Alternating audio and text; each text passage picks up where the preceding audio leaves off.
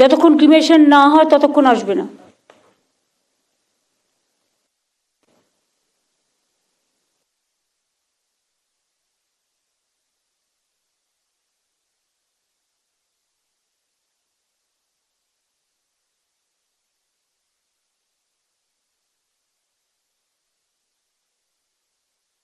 এটা হলো illegal occupation of government land. পুকুরের উপরে বাড়ি করে দিচ্ছে। আরে আগে তো দিনের পর দিন আমাকে আজকে 2006 সালের জমির টাকা দিতে হচ্ছে। ল্যান্ড অ্যাকুইজিশন করে বামফ্রন্ট সরকার চলে গেছে বাইরে, বড় বড় কথা। 6 সালে যা মার্কেট প্রাইস ছিল, আজকে 24 সালে মার্কেট প্রাইস অনেক বেড়ে গেছে। আমাকে আজকের মার্কেট প্রাইসে দিতে হচ্ছে, আর সব চলে যাচ্ছে কোর্টে। কোর্ট তো আর বুঝবে না আমার টাকা আছে কি নেই, সে একটা সিদ্ধান্ত দিয়ে দিচ্ছে। গভর্নমেন্ট টাকাটা পাবে কোথায়, এটা তো বোঝবার ক্ষমতা আমাদের আছে। আমি 2006 সালের টাকা কেন দেব? আমার গভর্নমেন্টের আমলে যদি কিছু জমি অ্যাকুইজিশন হয়, সে টাকা আমি দেব। স্টেট ক্যাবিনেটে নিয়ে এসে সিদ্ধান্ত নিতে হবে। একে তো লোনের বোঝা, প্রতি বছর 75,000 টাকা, 1 লাখ টাকা দিতে হচ্ছে। 75,000 কোটি টাকা, 1 লাখ কোটি টাকা দিতে হচ্ছে। তার উপরে যত জমি কিনে গেছে, নিজেরা এনজয় করে গেছে, অত্যাচার করে গেছে, দখল করে গেছে, আর সেই টাকা আজকে আমাদের দিতে হচ্ছে। আর এদের মুখে আবার বড় বড় কথা।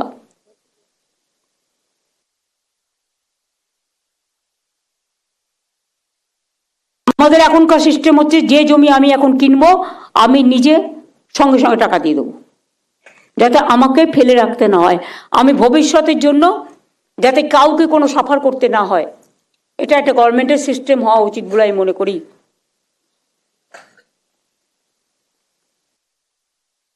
এবার আমি কোঅপারেটিভ ব্যাংক ধরবো।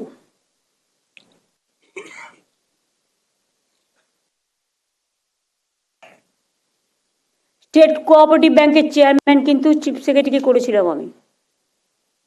তোমার নলেজে আছে কিনা আমি জানি না, বাট তুমি দেখে নাও। দিবেদি, তুমি তো জানো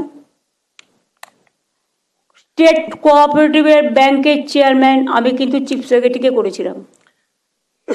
ম্যাম,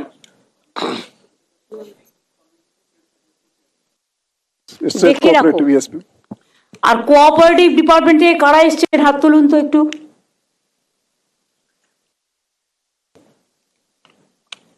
হ্যাঁ, আর কারা আছেন? আপনি তো মিনিস্টার, প্রিন্সিপাল সেক্রেটারি, বাদ বাকি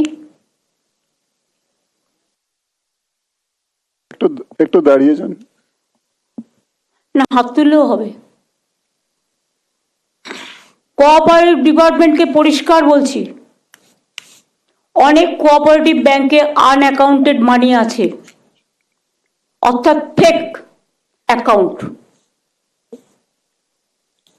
এবং সেখানে অন্যের নামে টাকা রাখা হয়েছে। প্রত্যেকটা এনকোয়ারি করে দেখে এই আনঅ্যাকাউন্টেড মানি ভেরিফাই করে এই টাকাটা গভর্নমেন্টের ট্রেজারিতে চলে আসবে। বুঝলেন কি বললাম? কোঅপারেটিভ ব্যাংকের প্রিন্সিপাল সেক্রেটারি কে আছেন?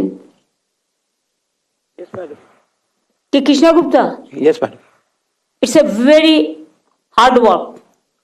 আমরা ইনকোয়ারি করবো ম্যাম, যা হবে আমরা ট্রেজারিতে ফেরত দেবো। আমি অনেক কোঅপারেটিভ ব্যাংকে জানি আনঅ্যাকাউন্টেড অ্যাকাউন্ট আছে, দেখে নিচ্ছি ম্যাডাম।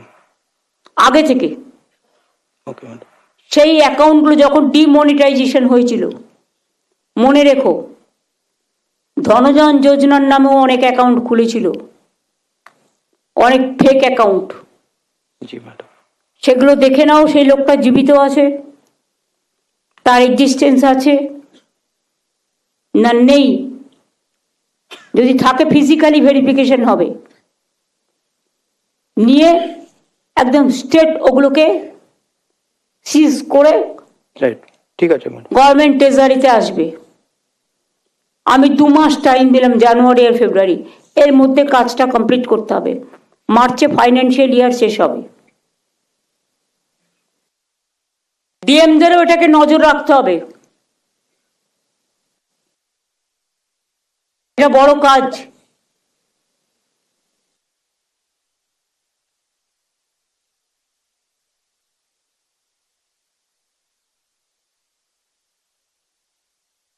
এবার আমি যেটা বলবো, ফাইন্যান্সে প্রভাত মিশ্র আছে।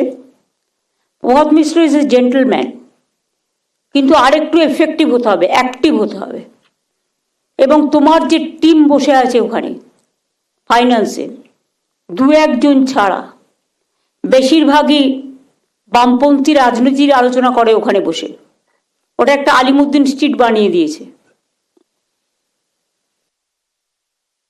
দরকার হলে তুমি নতুন লোক নিয়ে এসো, এফিশিয়েন্ট লোক নিয়ে এসো, নিয়ে কাজটা করাও। আমি নিজে সারপ্রাইজ ভিজিট করেছি কয়েকবার, আমি নিজে গিয়ে এটা দেখে এসেছি। আমি নিজে না দেখলে কথা বলতাম না, এবং আমার কাছে ইনফরমেশনও আছে। ফাইলের পর ফাইল, এত উঁচু ফাইল চলছে, কি করে মিছিল মিটিং হবে? এটা মিছিল মিটিং করার জায়গা না, এটা জনগণের কাজ করবার জায়গা, এটা মাথায় রাখতে হবে। প্রত্যেকটা ডিপার্টমেন্টকে আমি বলবো খোঁজ নিতে, যেটা আমরা খোঁজ নিই না, including authority, society, development authority, বিভিন্ন অর্গানাইজেশন, কত ফিক্সড ডিপোজিট ব্যাংকে তারা রেখেছেন, অনেকে খোঁজই রাখেন না। আমাদের একটু জানান তো কোন ডিপার্টমেন্টের, একটা ডিপার্টমেন্টের আন্ডারে অনেক সোসাইটি আছে, অনেক ডেভেলপমেন্ট বোর্ড আছে, তারা বছরের পর বছর অনেক ফিক্সড ডিপোজিট রেখে দিয়েছেন সেই ডিপার্টমেন্টের জন্য। কিন্তু একটা প্রিন্সিপাল সেক্রেটারি আসে আর একজন চলে যায়, কেউ খোঁজ রাখে না। ফাইন্যান্সটা খুব ইম্পর্টেন্ট আমাদের কাছে, সবটাই ইম্পর্টেন্ট, এটা আমাদের নলেজে এসছে বলেই বলছি। কোন ডিপার্টমেন্টে, কোন ডেভেলপমেন্ট বোর্ডে, কোন সোসাইটিতে কত টাকা নন ইউটিলাইজেশন পড়ে আছে গভর্নমেন্টের, এবং কত টাকা ফিক্সড ডিপোজিট পড়ে আছে। এবং ডেভেলপমেন্ট বোর্ড হোক বা কমিটি হোক বা ট্রাস্টি হোক বা সোসাইটি হোক, তাদের কাছে এখন কত টাকা আছে তার ডিটেলসটা আমার কাছে পাঠাতে হবে উইদিন 15 days। আপনারা সিএস কে পাঠাবেন, সিএস আমার কাছে পাঠাবে। ডিএমদেরও বলছি জেলা ওয়াইজেও দেখে নিন। ডিএমরা শুনতে পাচ্ছেন?